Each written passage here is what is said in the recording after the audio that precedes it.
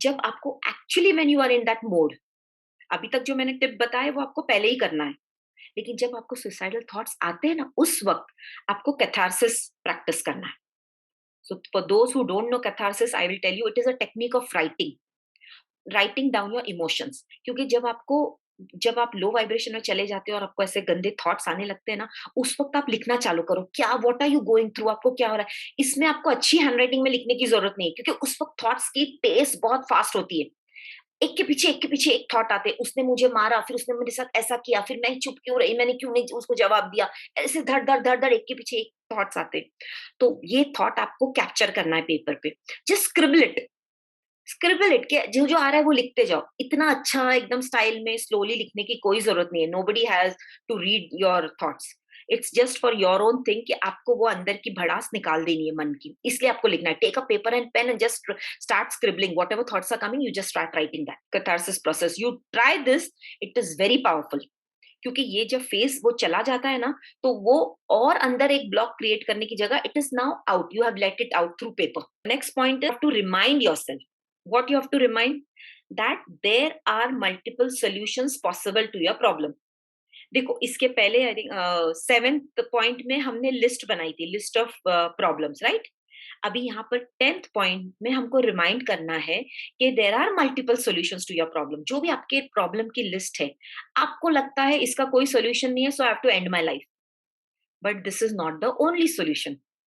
आपकी नॉलेज कम है, इसलिए आपको लगता है कि यही एक सॉल्यूशन है, but this is not the only solution, there are multiple solutions. या तो आप अपनी नॉलेज बढ़ाइए, या तो आप कोई काउंसलर या मेंटर के पास जाइए, जो आपको आइडियाज देगा इस प्रॉब्लम से बाहर कैसे आना है। But you have to remember that कि there are other alternate solution. Next very important thing is you have to surround yourself with people of high vibration. Problem क्या होता है ना, maximum people around us are negative.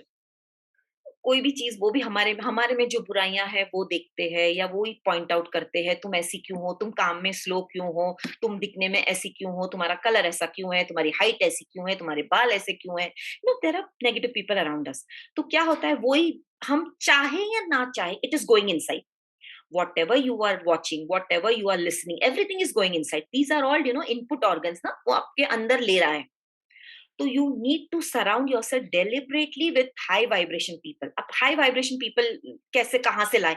हमारे आसपास तो कोई नहीं है, तो आपको डेलिबरेटली इस तरह के ग्रुप्स ज्वाइन करने। सी, हमारे यहाँ पर जो भी पार्टिसिपेंट्स है, they all are people with positive energies. तो इस तरह के आप ग्रुप ज्वाइन करिए, या देर आर रिट्रीट्स, जो ऐसे ऑर्गेनाइजेशंस है जो रिट्रीट्स ऑर्गेनाइज करते हैं, 2 दिन 4 दिन 5 दिन की, कि जहां पर सिर्फ इसी तरह का माहौल होता है, very positive, not a single negative thought you will get in those 5 days। तो इस तरह के रिट्रीट्स पर आप जाइए, क्वार्टरली बेसिस पर, मंथली या एनुअल बेसिस पर। तो जानबूझ के अपने आप को इस तरह एसोसिएटेड रखिए with positive people. We move on to 12th point, accept yourself with your flaws.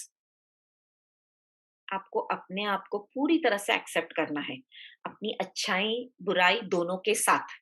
क्योंकि दुनिया में कोई भी इंसान आपको ऐसा नहीं मिलने वाला है जो पूरा परफेक्ट है। No one is perfect. हर किसी में 4-5 अच्छाई है, तो 1-2 बुराई भी है। We all are combination of all that.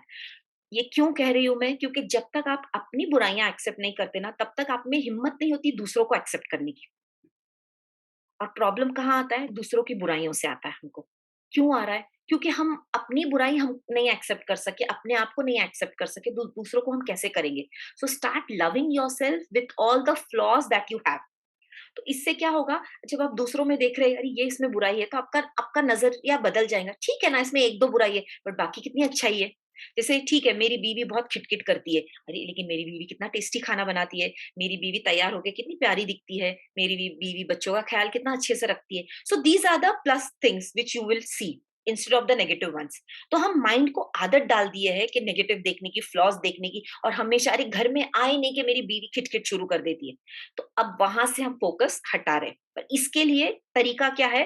पहले हमको हमारे फ्लॉज एक्सेप्ट करने। एक्सेप्ट करने के लिए पहले हम पहचाने तो सही। हम तो हमारी फ्लॉज की तरफ देखते ही नहीं है, इसलिए हम पहचानते भी नहीं, हम उसको एक्सेप्ट भी नहीं करते।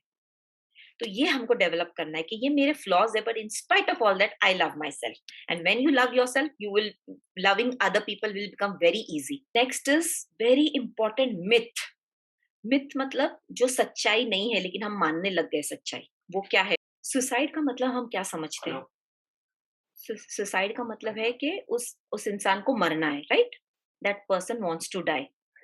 But the truth is, suicide कहता है not that I want to die, I don't want to live this life. इसका मतलब क्या है? See, there is a vast difference in interpretation. First वाले सेंटेंस में हम क्या इंटरप्रेट कर रहे हैं कि you want to die. Second वाले में, that person doesn't want to die but he doesn't want to live a life like this. उसको ये जिंदगी नहीं जीना है।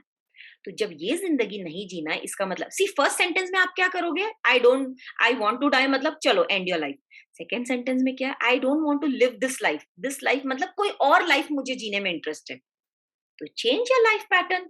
Very simple. सिर्फ ये सेंटेंस का इंटरप्रिटेशन आप अलग से करोगे तो आपको लाइफ जीने में मजा आ जाएगा।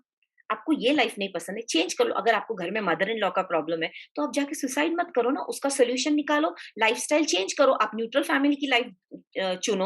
आप दिमाग लगाओ कि मैं कैसे पॉसिबल करूं, क्योंकि फर्स्ट इंस्टेंस में तो आपका माइंड बोलेगा ये पॉसिबल नहीं है, मैं कैसे जाऊं, मेरा हस्बैंड तैयार नहीं होगा, मेरे पास पैसे नहीं है, बहुत सारे प्रॉब्लम आने वाले। लेकिन इन स्पाइट ऑफ दैट आपको सोचना है how to make this possible.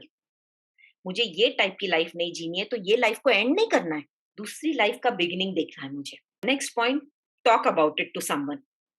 अब समवन मतलब क्या? If you have some trusted person, जैसे अगर आपको आप suppose if you are going through a breakup और something, then if you trust your mother, please talk talk to हर।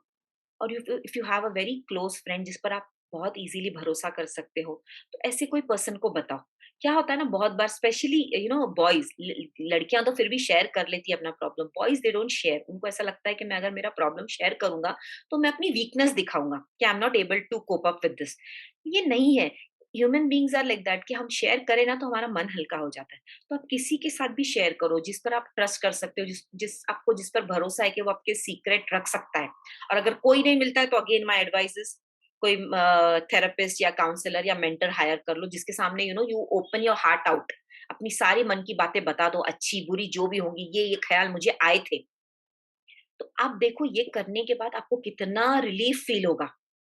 तो ये जब बहुत सारा अंदर कूड़ा कचरा जमा हो जाता है ना मन के अंदर, ये सारी नेगेटिविटी, तो इससे भी आपको सुसाइडल थॉट्स आते हैं। लेकिन जब आप उसको रिलीज कर देते हो ना, तो आपको बहुत लाइट लगता है, ठीक है ना भाई, ये जिंदगी का पार्ट है, हिस्सा है, चलता रहता है। इसके लिए मुझे इतना एक्सट्रीम स्टेप लेने की जरूरत क्या है?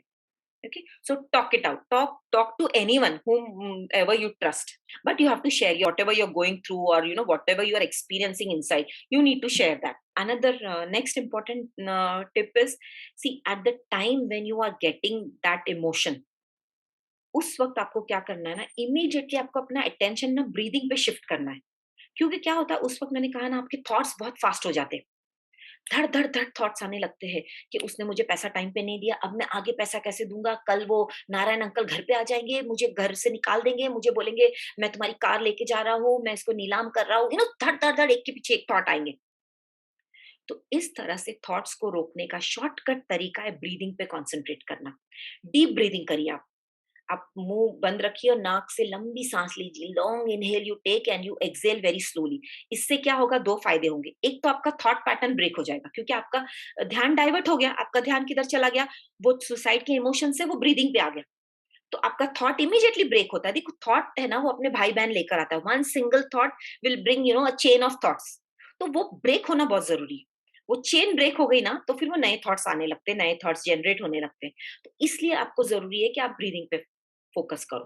ओके, देन ब्रीदिंग पे फोकस करने का सेकंड फायदा ये है कि जब आप वो बुरे इमोशन में थे तो आपकी हार्ट बीट्स बहुत बढ़ चुकी थी, तो आपकी हार्ट बीट स्लो होने लगती है, हार्ट रेट आपका नॉर्मल होने लगता है। तो ऑब्वियसली जब हार्ट रेट नॉर्मल हो रहा है मतलब बॉडी में अच्छे केमिकल्स रिलीज हो रहे हैं, और वो बुरे केमिकल्स रिलीज होना स्टॉप हो रहे हैं। तो health wise also it is good. तो जब भी आपको ऐसा थॉट आता है, इमीडिएटली आप ब्रीदिंग पे अपना अटेंशन लाओ। 5 मिनट्स 10 मिनट्स आप सिर्फ ब्रीदिंग ब्रीदिंग ब्रीदिंग पे आप ध्यान लाओ। और वो भी नहीं होता है अगर, तो best is listen to some guided meditation. I have also put guided meditation on YouTube. You just put your headphone and listen to that, क्योंकि when I am guiding something your thought will go in that direction, तो आपका यहाँ break हो जाता है। So listen to those guided meditations. Next point is also very important. You have to keep away from the risk areas. क्योंकि जो इंसान को सुसाइडल थॉट्स आते हैं ना, उसको घर में ऐसी कोई भी चीजें नहीं रखना है, क्योंकि जब वो लो इमोशन में जाएगा और उसको इजीली अवेलेबल है ये सारी चीजें, हार्मिंग वाली चीजें जो नुकसान पहुंचा सकती है, तो उसका एक्शन लेना बहुत फास्ट हो जाता है। इसलिए घर में आपको पिल्स, रोप, ऐसी चीजें नहीं, क्या रेजर है, नाइफ है, इस तरह की चीजें आपको घर में नहीं रखनी है, और आपके रूम में तो बिल्कुल नहीं रखनी है। ठीक है? और जब आपको ऐसे थॉट आने लगते हैं, तो आपको वो रिस्क एरिया से दूर आना है। For example, if you are standing on a terrace, और if you are standing on a balcony of a high rise building, तो आपको वहां से दूर चले जाना है। आप नीचे आ जाइए, या आप गार्डन में टहलने चले जाइए। तो वो रिस्क एरिया से आप अपने आप को दूर कर लीजिए, क्योंकि उस वक्त आपका माइंड ब्लैंक हो जाता है, आपको खुद को सूझता नहीं है मैं क्या कर रहा हूँ। तो आपको अपने आप को ऐसे एरिया में रखना ही नहीं। You can just go in the garden, और वेयर पीपल, बहुत सारे लोग हैं जहाँ पर गर्दी, आप वहां चले जाइए, दुकान में चले जाइए चॉकलेट खरीदने के लिए, कुछ भी आप करिए। लेकिन वो ऐसे रिस्क एरिया से, अगर जैसे if you are driving, stop the car somewhere and कहीं ऐसे ही टहलने लग जाओ, वॉक करने लग जाओ। आप क्योंकि वो ड्राइविंग के टाइम पे कुछ भी आपके माइंड में आएगा and you could do something else, तो आप वो मत करिए।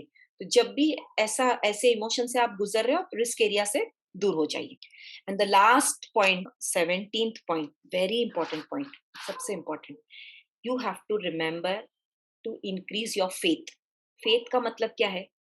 फेथ हम किसको बोलते हैं? कि we believe somewhere there is a higher power, right?